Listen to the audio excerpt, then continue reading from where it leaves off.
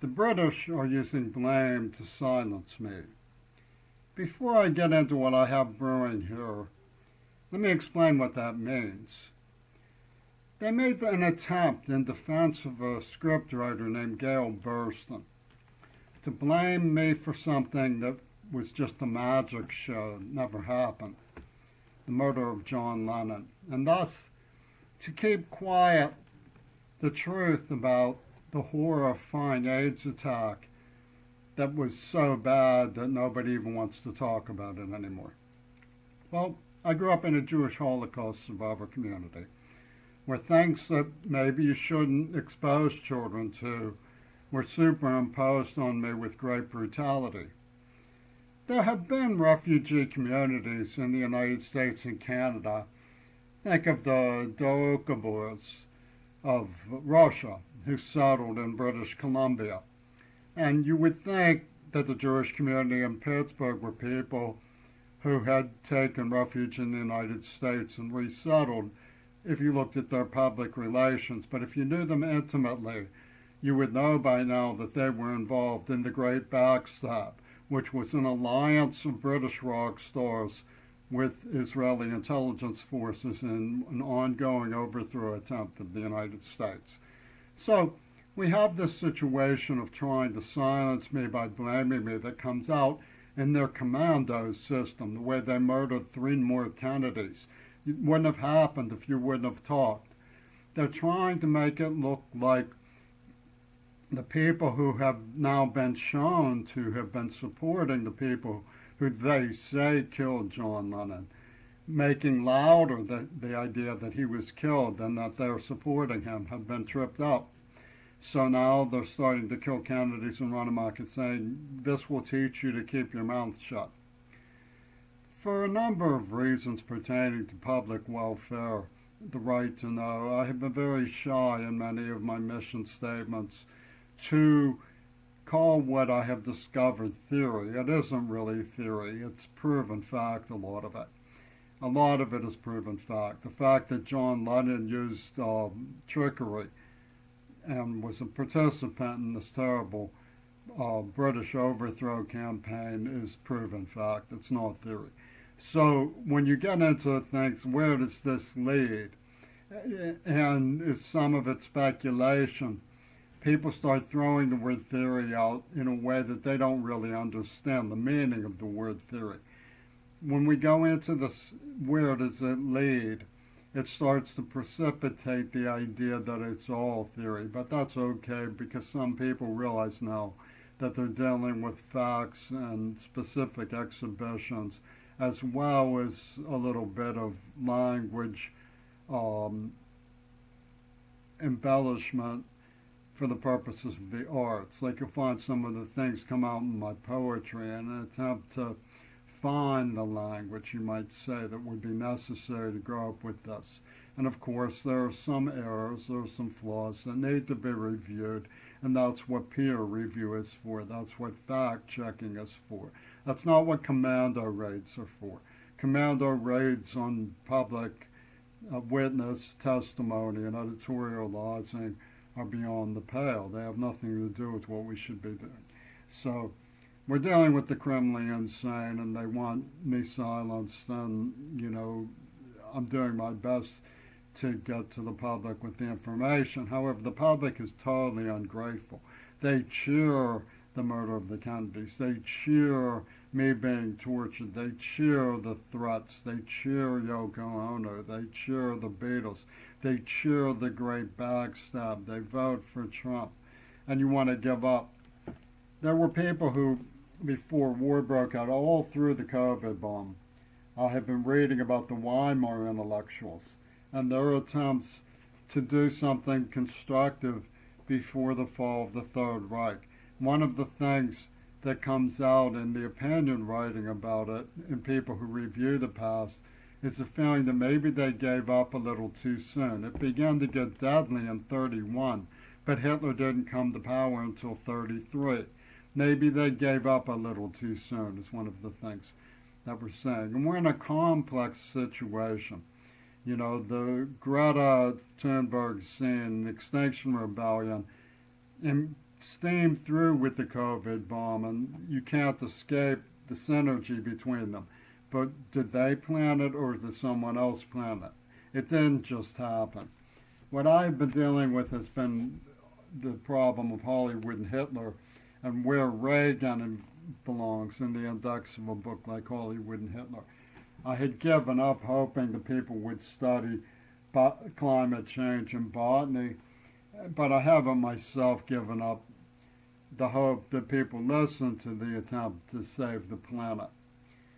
Now that the climate change has become so undeniable.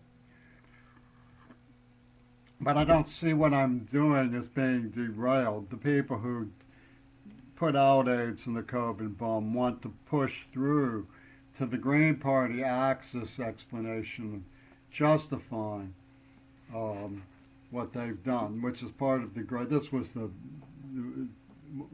who I mentioned this thing. What I thought was like the Jewish community, Russian immigrants who settled in British Columbia. But the Great Backstab of the British rock stars was an attempt to force through AIDS and COVID, and then say, it's a leveling for the Green Party. It's going to make behavioral modifications so people are more easily manipulated by the royalists, who were in Cambodia back in the 20s and 30s.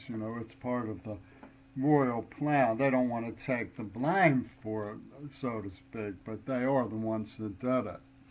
And what you see in how the storyline developed, we've always had Israeli,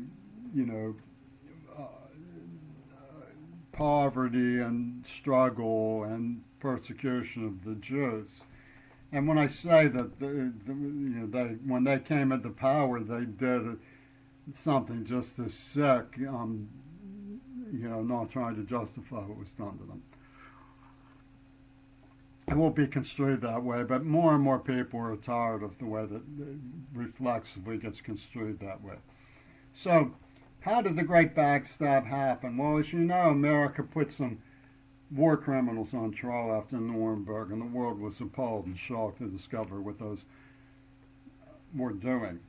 And so they had a Nuremberg trial, and there was a sort of Fourth Reich adventure going on behind the scenes because England took charge over the objections of America of Nuremberg, and some of the German double agents like Alan Dulles in prominence in America started intervening to get the Nazis forgiven so that they can be used for the purposes of King Edward and the royal family in America against Russia.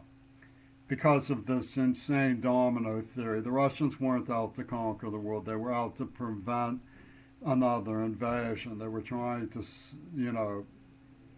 contain fascism.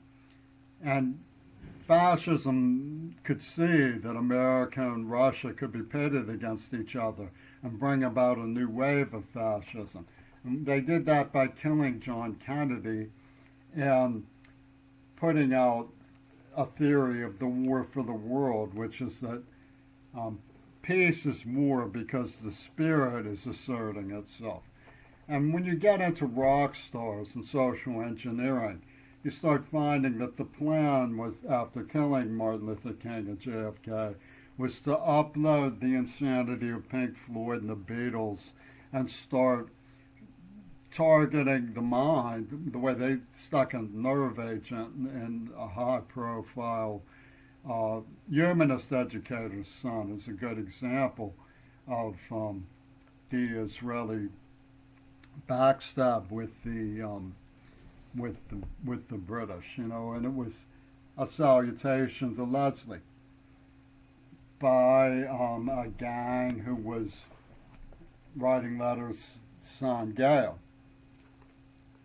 Endorsed by Paul McCartney. And what you see in my index theory is Twitch hell. Like Twitch hell.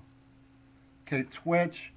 And if you look at one of the people who believed something about similar to the war for the world, where war can be peace because the spirit is asserting itself. You have this man, William F. Lynch, okay, which contains in it flinch and twitch. You see, and this is very similar to the mentality that was uploaded in when WQED started to lie for Leslie with a band called The Shunts. And Penis Gabriel jumped down, waving his wand, saying, we'll perform a magic trick of watching this man go into seizures by accusing him of rape through rapid eye movement. And they tortured me. And the person they said was raped denied it. She was still a virgin. There was nothing to discuss. So what's the business about rape? It was in the script was the point. That was what was the point.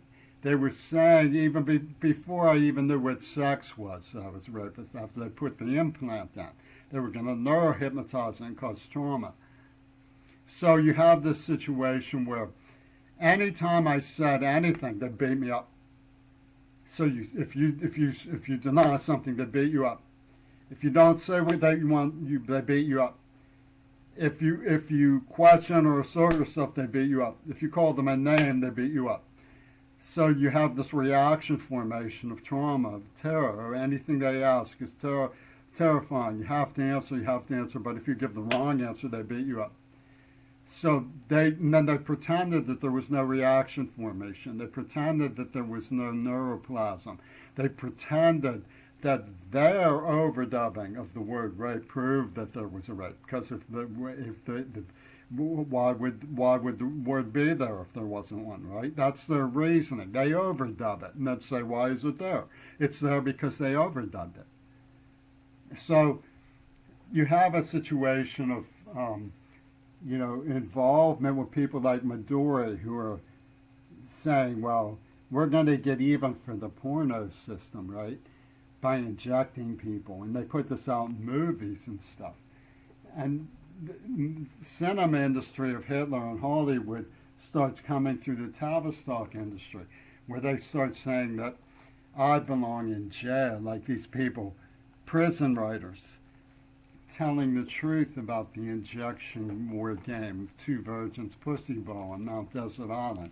And Paul McCartney wants those beautiful letters from Gail because they're as valuable to the British Secret Service as the Dead Sea Scrolls, man. They're so precious. So you have this like insane war game. And meanwhile, they're killing people on both sides. They're killing people on both sides and making it look like, it's the pendulum swings back and forth that there's a feud. But what they're doing is just playing a hypnosis game with symbols while they come down with COVID and AIDS and sort of get behavioral modification going. And to talk about it because of the twitch, you should face a nuclear apologia to Korea and their soothsayers full of esoteric stuff from the black community.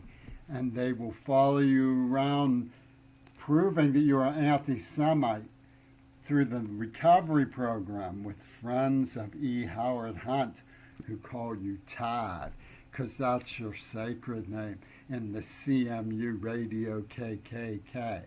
And guess what? If you don't go along with it, you're the worst thing of all, a neoliberal.